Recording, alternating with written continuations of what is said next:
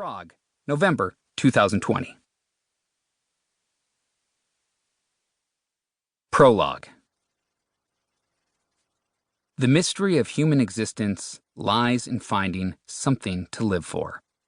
Fyodor Dostoevsky.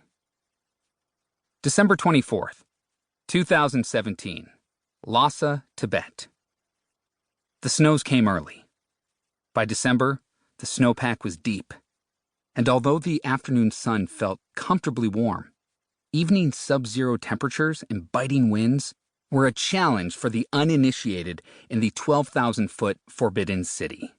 But this didn't stop 14-year-old Ananda from venturing from his home in the center of Lhasa on a steep 5-kilometer trek to Drepung Monastery at the foot of Mount Gefel in the Himalayas.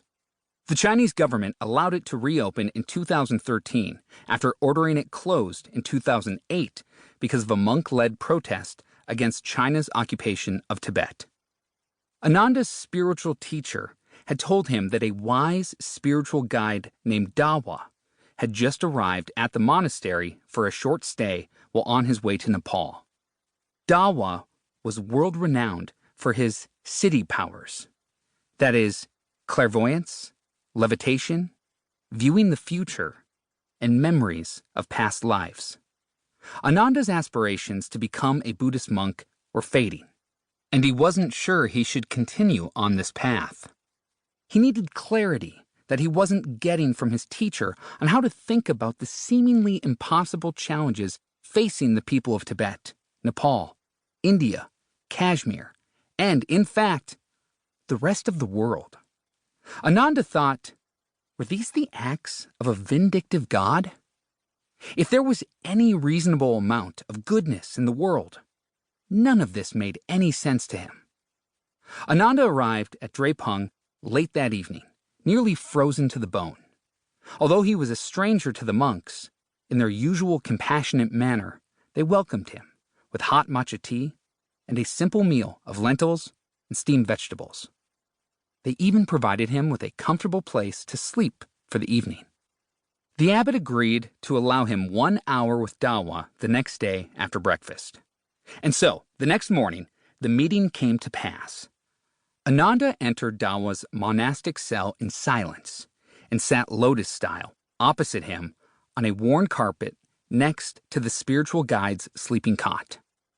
The contrast was quite amusing. Dawa, a tall, thin septuagenarian with sharp, dark, angular facial features, intense brown eyes, and silver hair pulled back in a ponytail, dressed in traditional robes and simple sandals. And Ananda, a young, fleshy teen, his cherubic face recovering from a mild case of acne. He was dressed in torn jeans and a much too small, tattered New York City sweatshirt his father had bought used at the Lhasa market. Dawa smiled at Ananda and opened the dialogue. Dawa. Namaste, Ananda. It is my pleasure to meet you. I heard from the abbot that you traveled up here from Lhasa last evening, through wind and snow, just to visit with me. I am impressed, and I should say, honored. Ananda.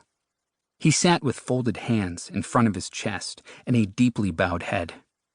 Namaste, Bhante Dawa. When I heard from my teacher that you would be here, I had to speak with you. Dawa. It must be important if you came on foot last evening, during that frigid weather. What is it you want to discuss with me? Ananda. I know you're busy, and our time is short, so I'll answer you immediately and not waste your time. Ananda took a deep breath and shared his thoughts. Even though my parents and teacher will be concerned when I tell them, I no longer think I want to become a monk.